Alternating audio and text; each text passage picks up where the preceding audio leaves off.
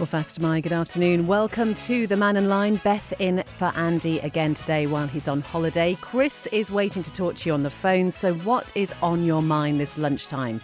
Well, pay is something that's coming up again. We've heard from the new chair of the Public Services Commission on Manx Radio this morning. He has committed to resolving a long-running dispute with unions quickly. Meanwhile, though, the chair of the Isle of Man Medical Society believes doctors on the Isle of Man wouldn't say no to a pay offer comparable to those agreed in the UK. Other things, have you ever thought about being an MLC? The deadline for applications is tomorrow. And do you think that you should be a commissioner before you even think about becoming an MHK?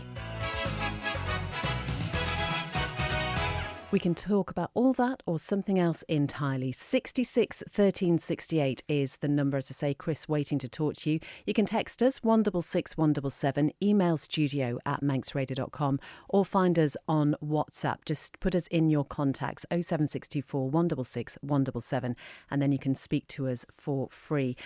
We had a lovely call to start the new year yesterday. Wilf got in touch to say he'd spotted a bird while out and about in Jurby and he wasn't sure what it was. Thanks to you, our trusty Mannin line listeners, though, we were able to find out within minutes that it's a leucistic Hen Harrier. And this means it has a genetic mutation which reduces the strength of colour in the animal. And we did post some amazing photographs that were taken by Peter Christian. So thank you very much indeed, Peter. They're on our Facebook page. Do go and take a look. She's said to be a juvenile and it is hoped that she'll be able to start breeding at some point this year. Well, let's go straight to the lines and join Julian now. Good afternoon, Julian. Hi, Beth. Happy New Year. Happy New Year to you. How are you? Not too bad, yeah. It's a bit breezy out there, but at least there's blue skies. It's been a bit interminably grey, isn't it? So it's nice to see the sun. Oh, it really is, isn't it? Yeah, it has been very grey and murky. So yes, hopefully this is a sign of good things to come. So what's on your mind? Yeah, just before I talk about the white hen harrier, I'm just curious about a text that you read out yesterday from Sue. I'll just quote from it. Difficult times, but thankfully the assisted dying could help save money for Manx care and offer our civil servants an inline inflation pay rise like the UK. What does that mean exactly, Beth? Well, maybe we'd have to ask Sue. Yeah, I mean, it kind of reminded me back in 22 when former para-Olympian in Canada, Christine Gauthier, she'd been trying to get government support to install a wheelchair ramp installed at her home, but she was told funding wasn't available, but she was offered assisted dying instead. It just kind of makes me wonder, I mean, are we kind of going to be devaluing people's lives to save money for civil servants inline inflation raises? Well, again, I mean, that would be putting words into Sue's mouth, and maybe Sue is listening and she might be able to give us a little bit more clarity about what she was meaning there yesterday. Yeah. We know, Julian, though, that this is a very divisive issue. There are people who feel very passionately on both sides about it. Yeah. No, it would be interesting to get clarity on what that comment was. Anyway, yeah, Wilf yesterday was mentioning the white bird that he spotted at Jurby. And it does turn out that it is a leucistic hen harrier. Meaning that it's got a genetic pigmentation variant, so it has nice white feathers. But unlike an albino, the eye colour isn't affected, which means their focusing's good, so they're good to hunt and stuff like that. Interesting as well, you know, hen harriers are sort of threatened. They're getting rarer. Leucism in birds is 1 in 30,000 of the population, so we've got a super rare white hen harrier that goes by the name the White Knight, by the way, a female. And she was fledged in the summer of 23, very close to the proposed Caervai wind farm at Eriestane. Now, what's interesting is the hen harriers, they start breeding at 2 years old, and they tend to return to the area of their birth for breeding, rather like other animals like salmon and stuff. So that means that if our White Knight follows normal behaviour, she'll return to the nest in the area of Eriestane this year. And I noticed that Manx BirdLife's report, which is titled Birds of Conservation Concern in the Isle of Man, and I quote from this, "The island has significant populations of hen harrier and peregrine falcons, For these species, the Isle of Man has a heightened international responsibility to safeguard its healthy populations. And the managing director of Manx BirdLife went on to say, our wild birds are being pushed off the island. Their habitats are disappearing and their populations are declining. Diversity and abundance are probably at a historic low. So there's a worry, isn't it? Yeah, I mean, just mentioning the wonderful photographs that Peter Christian took of this bird. I mean, what a great spot. Those photographs are amazing, and it really is a very striking bird. And yeah, as you say, Julian, a great thing to have over here. Yeah, no, and their favourite prey is the meadow pipit, and there's a ton of them down Erie Stainway. Of course, you tend to associate them also with farmland. So as much as it's important to preserve the land around where you need to preserve what they're hunting as well. So preserving the land around where they're breeding. I mean, I think we've got 38 breeding pairs here or something. That's the highest concentration in the UK, as far as I'm aware, which is pretty amazing. Certainly is. And I guess that's why all the surveys and whatever are done, Julian, and guessing that these sort of things are taken into account. But yeah, I'm really hoping we might take a trip up Jurby at the weekend and see if we can spot it. Yeah, I understand there's a load of professional photographers that are plying the way, because they've been... she's been seen also at Laxey. I think it was a breeding pair of leucistic ones, but one unfortunately didn't make it, so she's the surviving one. But that leucism can be transmitted to the next generation. So even if she breeds with a normally pigmented Hen Harrier, you might end up with more of these.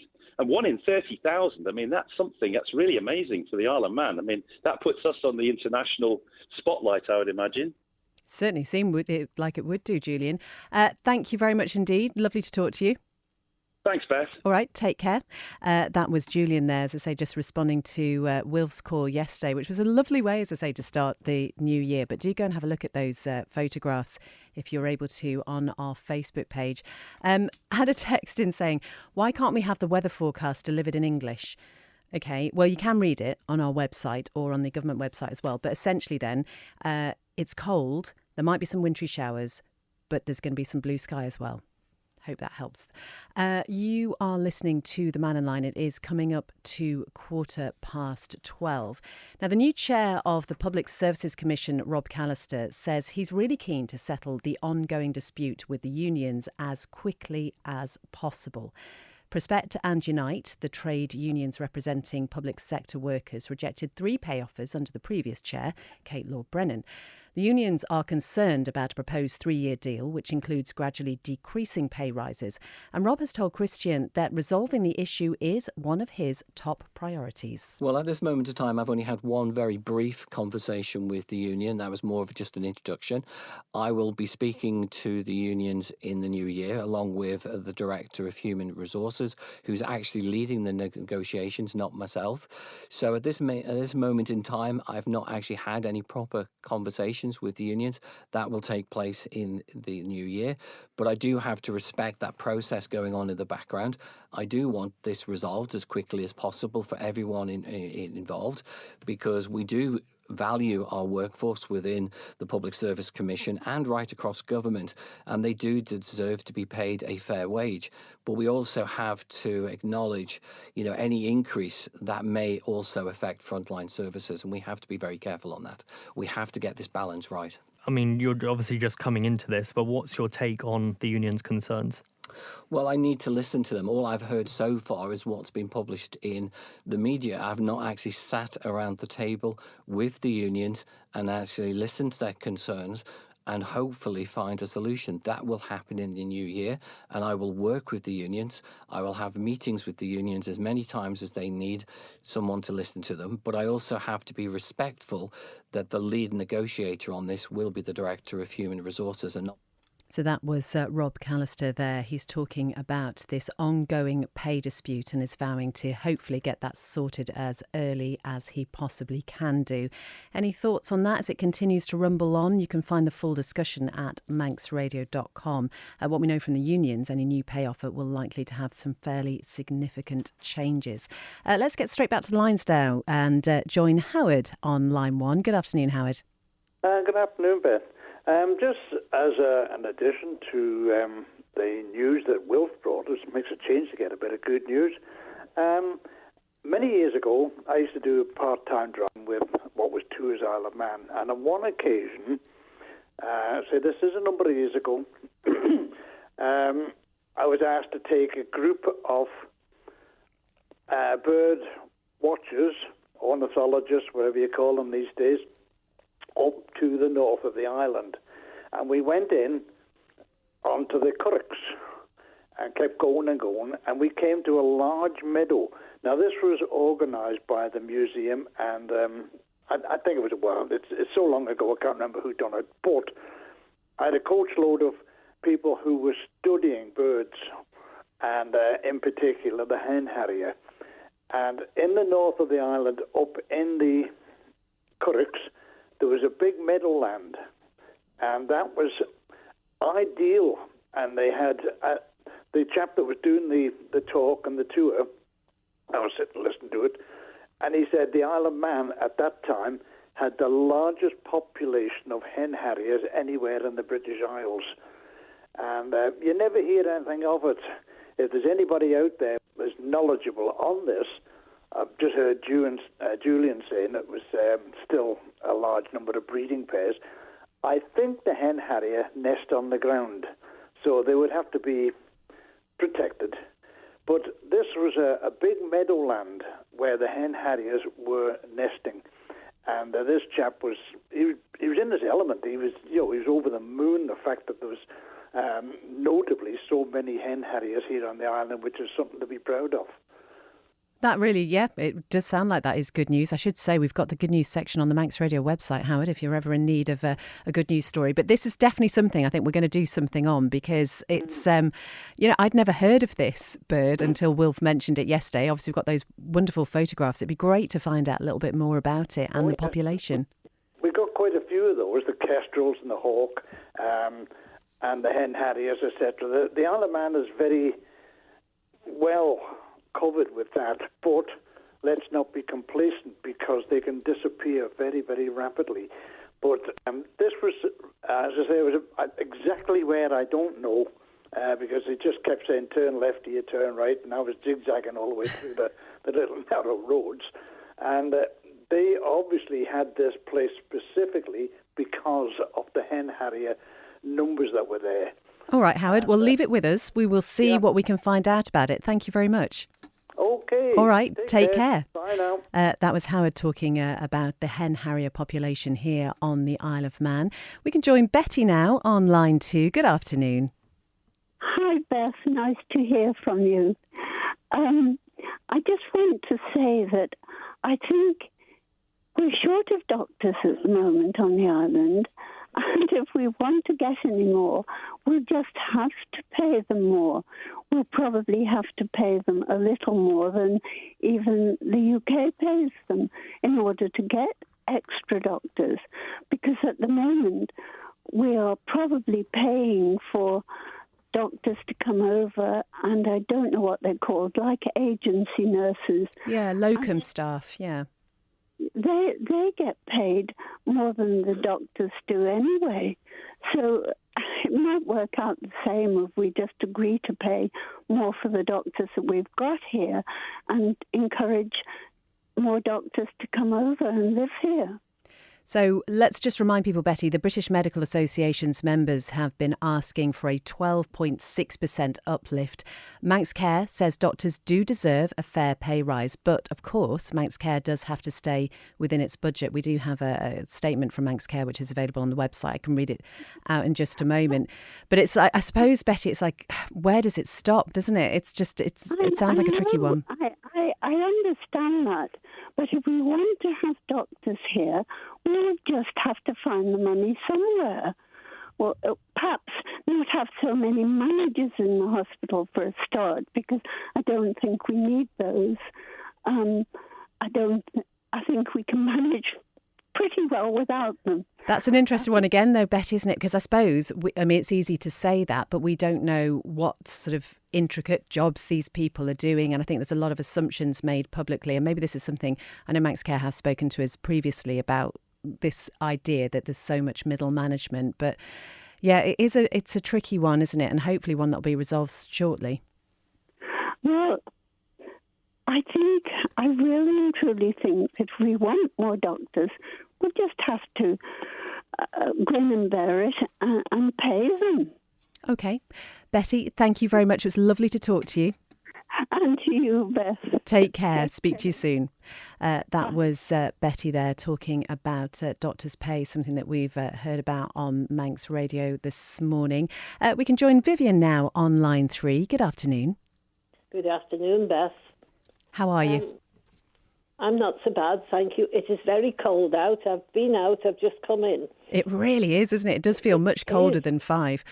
What would you like to talk to us about? The Hen Harriers.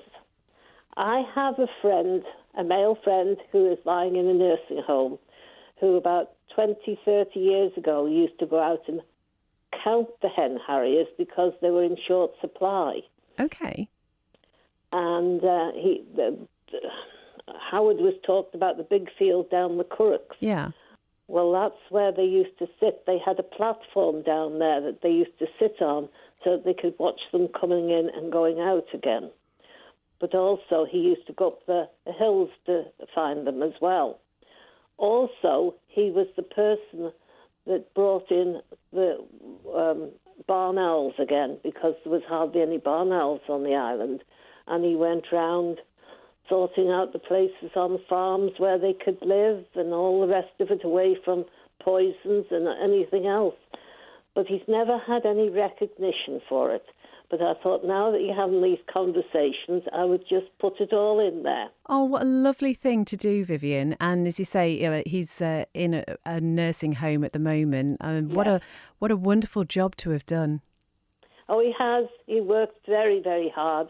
And he never got acknowledged for it. But there was a gentleman here at the same time from England, a Dr. John Thorpe, I think that was his name, and he encouraged him to do it. Oh, would you be happy to tell us his name? Yes, all right. His name is Geoffrey Kelly. Okay. Oh, what he lives in Solby. Right. And his wife still feeds the wild owls every night. Wow, what a lovely thing to do. Oh, Viv, thank you so much for telling us about that. It's lovely hearing about Geoffrey and the impact that he will have had on the wildlife populations here. Yes. When you were talking about the wild hen harrier, the white hen harrier yesterday, I rang Judy, but he wasn't in the mood for taking it in. Oh. But we still talk about all these things. Well, if you're talking to him again soon, then give him all our best and, thank him on behalf of everyone. Thank you very much. All right, Bye. Vivian, lovely to talk to you. We're going to go back to the lines in just a moment, but we'll take a short break first. The Mannin Line with Beth Espey. It's 12:26. Lovely to have your company this lunchtime. Lovely to have so many calls as well. 66 13 68 is the number. Bonzo, thank you so much for waiting. How are you doing? Oh, I'm okay, thanks. Bland Vinoa. Yes, exactly that. Right pronunciation, is it? Yeah, that sounded good to me. I'm not going to attempt it just in case, but yeah, all the very best, Bonzo. What's on your mind? Yes. The High Street. I'm afraid. Sorry to, bring the conversation into a bit of a downer. But I mean, we've been seeing, some businesses on the High Street announcing their closures already, which I fear is going to be the beginning of a fair few doing that. I mean, we heard, I think, before Christmas, many businesses saying that, we'll see how it goes, but we'll have to see in the new year, and things are, perhaps a bit fragile. Interesting that we heard in the news, though, Bonzo, Lewis just reading the headlines, obviously from the UK's point of view, they were saying that retail, certainly over Christmas, has reached pre-pandemic levels. I mean, could there be some green shoots of optimism there, hopefully? Well, is that actual retail or is that with online sales? I think they were talking about the actual physical high street, as far as I'm aware, but I stand to be corrected. Yeah, because it could be.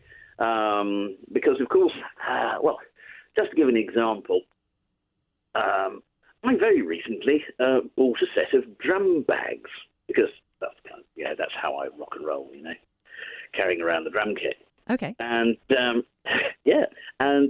I got these from Amazon Prime, on my Amazon Prime membership, and I ordered them on last Thursday. They arrived yesterday, and they cost me, for a set of 5 nice padded drum bags with nice high quality stitching, all that kind of stuff, 69 quid with the delivery. Now, I don't think that our sole drum supplier shop on the Isle of Man could even do that at twice the price. Did you try, though, Bonzo? Did you go and speak to them? Well, there's the thing. I couldn't find any prices on their website, but I doubt they could actually compete with that at all. I would think they, as I say, I think they'd be able to do that on twice the price. Well, we don't know, I suppose. And if I just would probably say that this is the catch-22, isn't it? We've got local suppliers who would be able to provide this sort of thing, but if people don't go and speak to them and see what offers might be available, negotiate or whatever, then they don't even stand a chance. Well, yes, but the thing is that there are other things which then affect that ability to compete. And one of those things, commercial rents. Commercial rents on the island. The first thing you hear from any business on the island is, if only they'd lower the rents. But that's just not going to happen, because there's a whole plethora of reasons which would take long time to explain on radio about why commercial rents don't come down. But there's that. And then, of course, there's the issue of the fact that, of course, large online retailers then supply these things without all the costs of commercial rents, business rates, heat, light, etc., insurance on the retail premises, all that kind of stuff. They don't have to pay. So that's how they can actually offer these kind of prices. There's been some attempts to actually redress that balance by something called digital services tax.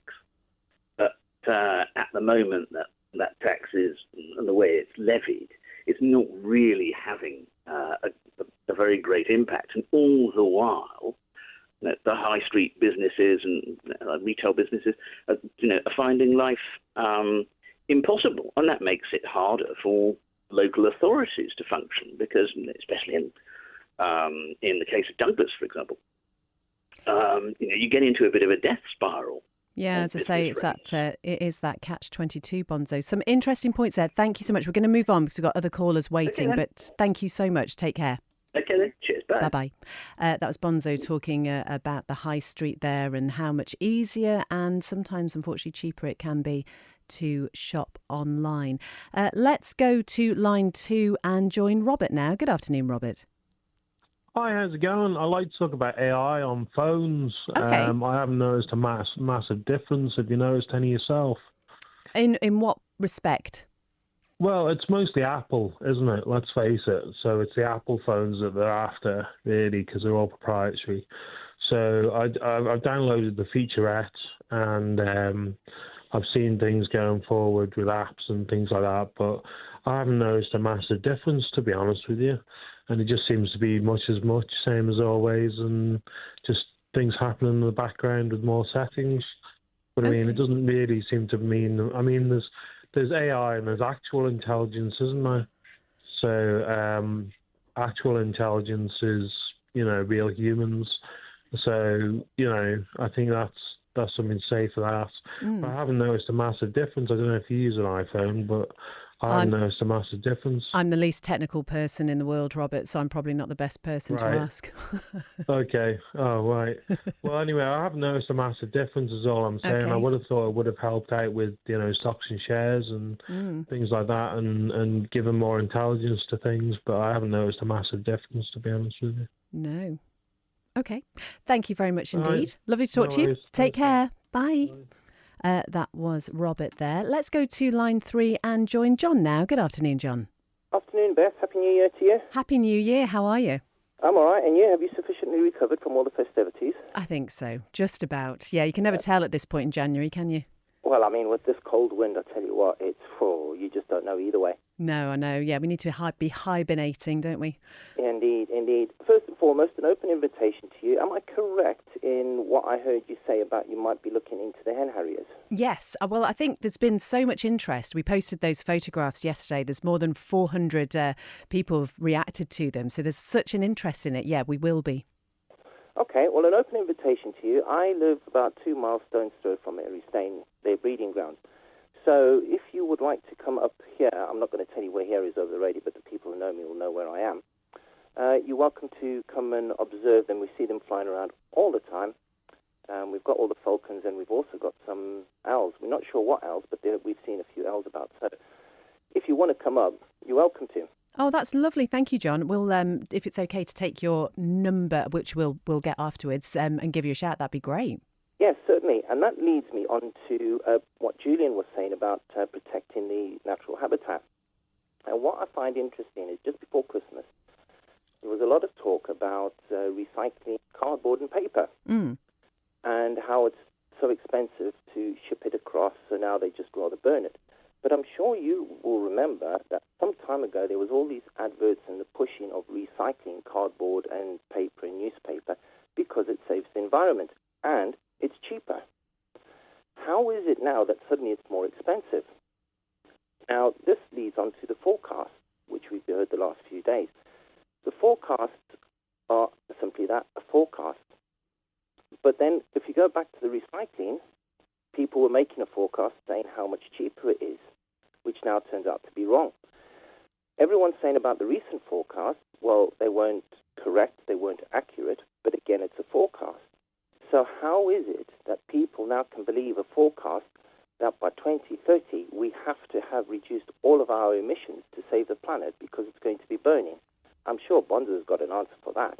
But I'd just like to put it out there. Maybe people should actually think about, forecasts. It's only a forecast, and the evidence of global warming, is it true? How accurate is it? If they can complain a forecast is wrong when it was forecast a day in advance. Well, I think we heard from Neil Young, one of the Met officers yesterday, who said that the issue really, from his point of view, was people weren't reading the forecast properly, and actually what was said was accurate given the statistics that were in there. And I would agree wholeheartedly with him, given my background. But again, it's only a forecast. John, just remind us what your background is. I don't really want to say what it is, okay. But I was involved in meteorology. Right. And I can read a forecast, and, when they said anywhere between 10 and 40 centimetres, that. It's not a case of, well, they don't know. It's an estimate because you can never really know what the weather's going to do, what the climate's going to do. Yeah. And that's what I'm saying. So when people start saying, oh, well, the world's going to be boiling in 20 years' time, or 10 years' time, or 5 years' time, how can you believe that? It's not a case of believing it. Sorry, I correct my words. It's a case of a forecast is a forecast. Yeah, I think the scientific modelling, though, would suggest those predictions. But, I see what you're saying, John. But thank you very much indeed for the invitation. We'll be in touch to arrange some bird watching, twitching, I think it's called, isn't it? Yeah, something like that. There's so many different terms these days, you just don't really know. But, yeah, I mean, you can see them circling around. I think, they do their, if you call it the mating dance in the sky, that's what I call it. Oh, and, wonderful. All of that kind of stuff. So, yeah, you're welcome. That's very lovely of you. Thank you so much, John. Good to talk to you. And you, take care. All right, take care. That was John there talking again about the Hen Harriers. Definitely a subject that we're going to do more about. Now, I did promise yesterday that I'd read a message that came in just at the end of the show that I didn't have time to read out. It's from Sammy, and it covered some of the different issues that we talked about on yesterday's programme. First of all, there were some thoughts about the Lieutenant Governor and his wife. Sammy says, I think the current Governor and his wife, Lady Lorimer, have been and are doing a marvellously brilliant job. And in my view, he says, says, would be more than welcome to stay as long as they want to. I'll qualify my point of view, says Sammy, by saying I'm a Manx-born British subject and a firm believer in the monarchy and our standing as a crown dependency of the British Isles.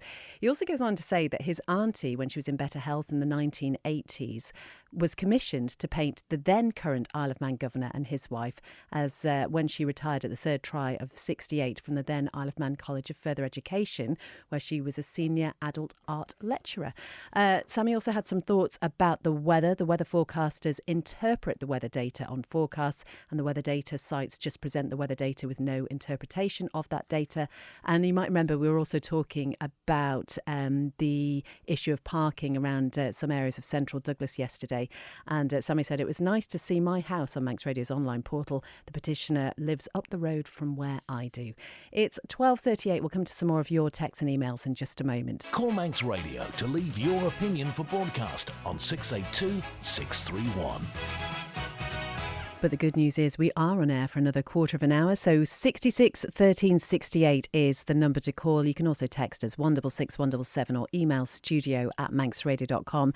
I just want to say thank you to the texter ending 778 who says the deadline for MLC applications is 12 noon on Thursday. That's the 9th of January. I think I might have said tomorrow.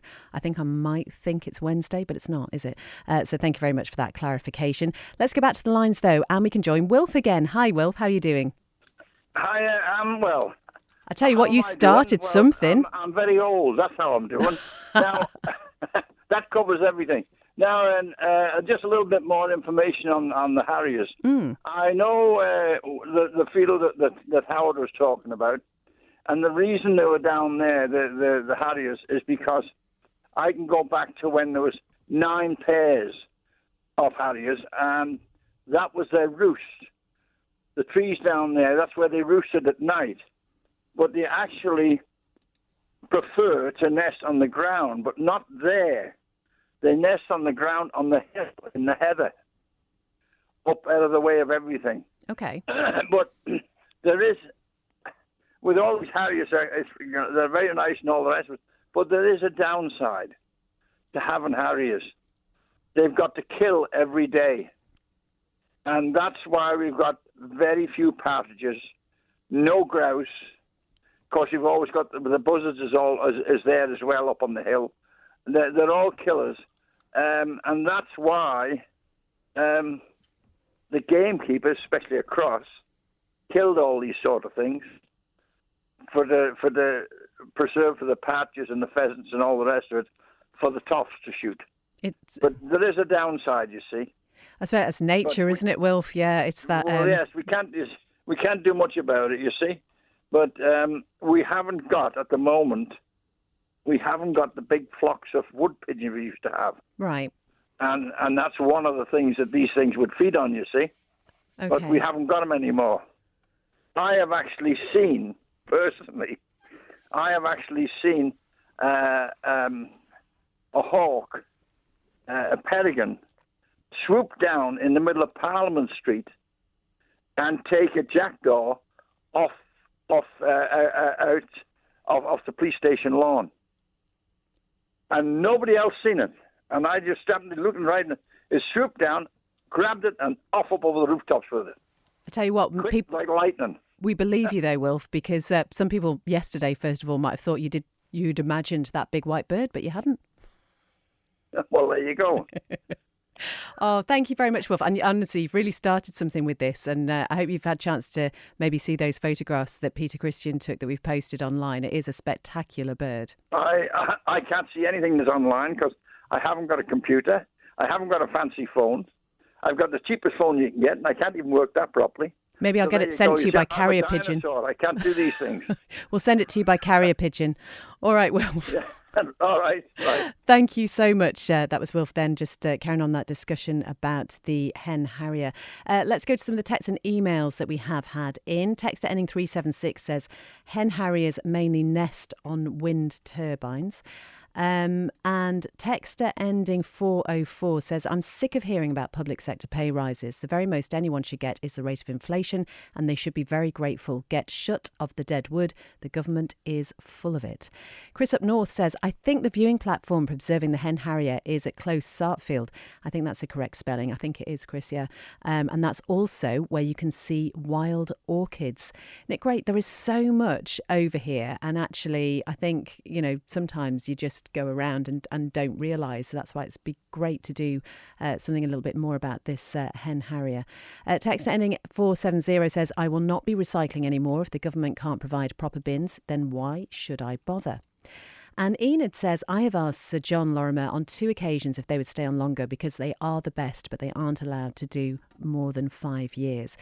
This follows on from the discussion that we heard on breakfast yesterday. We heard from Sir John himself just talking about what's going to happen when he comes to the end of his tenure. He's not going to stay here on the Isle of Man. He doesn't think it's fair to his successor. John says regarding the island's bird population, from Milltown House, that's just up in Ramsey, buzzards can be seen. And Tomo has sent a photograph. Saw this buzzard yesterday. It was ripping meat from a carcass. Sorry if you're eating your lunch. On the lane that takes you to Ballinet. Also saw it early in the same spot. It sat on a wall and flew off. Previous governments and in particular planners are allowed offices to be built on industrial estates without considering the implications of lack of footfall in the town centres. This goes back to Bonzo's call a little bit earlier. This is from texter ending 648. The lack of forward thinking has left brownfield sites undeveloped for years, particularly in Ramsey and Douglas. And Dewey says there aren't any carrier pigeons. The Hen Harriers ate them all. I think when it comes to doctors' pay, we should pay the doctors what they're asking for, says texter ending 853. My husband is in hospital at the moment, spent a lot of time yesterday in A&E.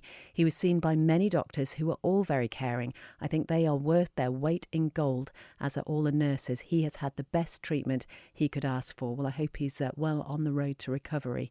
Regarding pay deals, firstly with doctors, the top 100 doctors on the island earn over £200,000, with the top doctor earning over £500,000, and they're looking for an uplift of 12%. Several question marks. Really, who do these doctors think they are? God? On the other hand, how can the director of HR represent employees and the Manx government? That is not correct.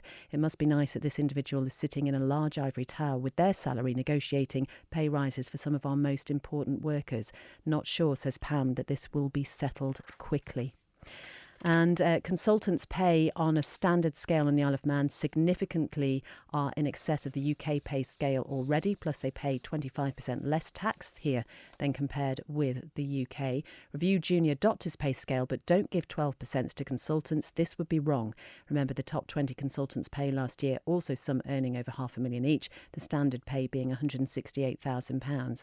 If the consultants, says texter ending 887, don't like their pay, they should review their options. There is little public sympathy in my view. Now, Derek says Garth commissioners were on the show recently saying how short of money they are, so they can't do anything with so many issues. If that's true, why are the Christmas lights still on in Laxey today? Presumably haven't got round to getting them down yet. Have you got your Christmas decks down? It's supposed to be down by now, aren't they? There is a text here from G saying, aren't certain birds and orchids protected, so mobs of people shouldn't go looking for them? This is the catch-22 again, isn't it, G? Because we've got all this amazing wildlife and, flora over here, but actually, while we do want to go and see it, we have to be mindful of the fact that actually they are very often in protected sites, and we do need to be a little bit careful. School uniform policy. This is from texter ending 862. Why do schools continue to have blazers? Completely impractical. School uniform should include a branded coat and get rid of blazers. What do you make of that? Do you have a child of school age? Probably secondary school. I don't think there'd be any primary schools that I can think of off the top of my head, public ones anyway, that have blazers. So, yeah, what should we do about the school uniform policy? It's been something that's come up quite frequently over the past few years, particularly when it comes to things like the cost of school uniform and the fact that maybe, is school uniform a little bit of an outdated thing generally? I don't know. John Moss, you must have worn a school uniform. Oh, yeah, I wore shorts until I was what was it, 13. I went to school, boarding school for 10 years. From 7 to the age of 13, I was down in the south of England, and then came to King Bill's. And one thing we did have, we had our pockets sewn up at King Bill's until you were in the sixth form.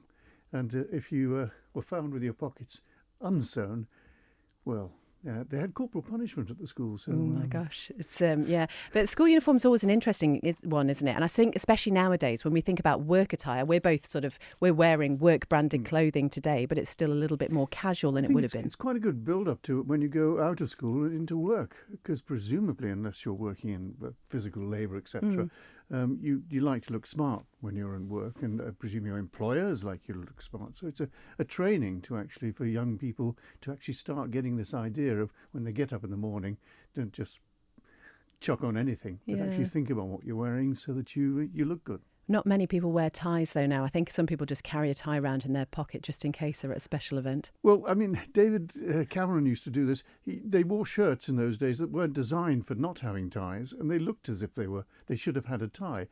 I think it's fine if you wear a shirt that's got a collar that's built up and looks smart. But some shirts are designed to have ties, and they look as if they should have a tie. And I think politicians and various people who wear them without ties just generally look as if they've forgotten to put a tie on. You're not wearing a tie today, but you still look very smart. You were loitering outside the door, so I've dragged you in. Was there something that you were going to talk to us about? I just wanted to mention that the programme for the Solway Harvester is on this evening, 5:30, and on Thursday is another follow-up programme. It's extraordinary to believe 25 years ago, the Solway Harvester. And myself, I was on news duty at 6 in the morning, came in at 6 in the morning, and the phone started ringing from all over the UK, and suddenly you realise there was something major happening. And we really had to move quickly to actually cover that and talk to Merseyside Coast Guards and our local Coast Guards and the authorities, etc. So for the next 2 hours it was frenetic, and of course after that, and from then on, the island did so much, and Donald Gelling's part in it, when he took the decision with Tynwald for the £1 million that was needed to raise it and bring the bodies home. And what do you remember, John, about the general feeling at that time among the public and how it was received? I mean, it was shock, and also the fact that it built this relationship between ourselves and the small community at Whithorn. And also, at the end of the day, after the island had done all it could, the people of Whithorn were so grateful to the island for doing it. And you just felt in between us was this sea that can be so cruel, so damaging, so destructive. But two communities on either side had reached their hands across and touched hands and made contact with each other. It's incredibly emotional, isn't it? And it's hard to believe as we sit here in the studio looking out across Douglas Bay, the sea beautifully calm today, but that power. Well, I mean, 3 of the people who drowned were still in their bunks when the ship went over. When the boat went over, which indicates how quickly it happened, and various problems. The programme this evening describes the build-up to it after the extensive inquiry about what happened, why it happened, how the water got in so quickly, and boats that are really designed to ride out storms like this, how it happened to the Solway Harvester. This programme is on at 5:30, and I think it's really evident, John, that you find this a very moving subject. My involvement with it as being right at the beginning, right when it started, and obviously all the way through after that, being involved with it and looking down and seeing the Solway Harvester down there for a long time before it was dismantled and taken away. It was a terrible time for the island to actually have to deal with what was an appalling disaster. As you say, Donald Gelling heading up the government which dealt with it so admirably. There's a stone, isn't there, around Douglas Head commemorating it's actually, it? When I last looked, it was actually fairly beaten up. On the 20th anniversary, they went and had a small service there. I think Howard Quayle was the Chief Minister then. I don't know what state it's in now. Let's go and have a look, because it's something like that needs to be taken care of. It can't just be put to one side and quietly forgotten about and become beaten up, because it's an exposed place there. It really is. It needs really... I don't know if this happens to memorials around the island. Well, there is a society or people who look after these things and make sure they stay in good condition, that people are aware of them still and care for them. Yeah, we'll go and take a look at that, John. But thank you very much. That special programme on tonight at 5:30. And as John said, there will be another programme this Thursday as well. So the 12th is the date. Was it January? I think it was 11th. It was overnight. Right. I think 11th into the 12th. I think it was, Yeah. The actual date. It's hard to believe, isn't it? 25 years, it's an awfully long time, but something that is burned into the memory of those who were involved. John, thank you so much. Still a couple of minutes left of the programme if you'd like to get in touch, 166 177, or you can email studio@manxradio.com. Keith says, anything burnable that is put in the energy from waste plant is recycled as energy. That is far better than sending it off island. Actually, John, I was trying to remember, how old is the energy from waste plant? It's coming to the end of its sell-by date. It's I remember when they first produced pictures of it, and it looked as if it would be skillfully hidden behind two bushes and a tree.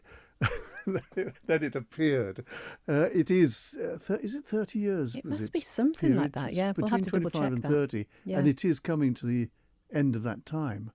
And as far as I'm aware, where to put a replacement or how to deal with the need for a replacement, I think is fairly far down the agenda at the moment. We shall wait and see. Another thought on school uniform. This is from Louise in Williston. These kids have everything so easy now. They may as well go to school, she says, wrapped in cotton wool. We were told that school uniforms were to make all kids look roughly the same, whether rich or poor. We all looked alike. And I think there is something about that. School uniform should be, I suppose, a great leveller, so there is no discrepancy between the haves and have-nots. Except that famous picture of those two Eton schoolboys standing outside Lord's Cricket Ground in their top hats and tails, and there's a group of local lads looking at them. It's a famous picture, and these two people are standing there. Obviously, in those days, it was a total divider between the haves and the have-nots. Yeah, and these days, it's much less so. Yeah, and I think that would be the idea of school uniform, isn't it? Is that people go without worrying about having to be wearing the branded jumpers and whatever. We know how expensive those brands are. But yeah, should school uniform be relaxed a little bit more? It's something we've talked about before. I think it reflects on the school as well. And I think children need whatever you say about children, they do need a certain amount of discipline. And it is a path towards a bit of discipline about how you look, about your appearance. And it reflects on the school, of course. And if you see a group of kids who are dressed well and turned out well, it reflects well on the school they come from. And because they have badges saying where they come from, you can tell where they come from. John, thank you very much indeed. That is all from Mannin Line today. Maybe this will be a discussion we can carry on tomorrow at the same time. Thank you very much to Chris, who's been looking after the phones today, and to you. This programme just would not happen without your thoughts, contributions, and importantly, your calls as well. It's always great to talk to you live on air. If something pops into your mind while we're not on air, though, you can call the Out of Hours line. That is 682 631. You can leave a recorded message on there. We can either play it out on the show, or if there's a question you'd like us to get an answer to, we can see what we will do.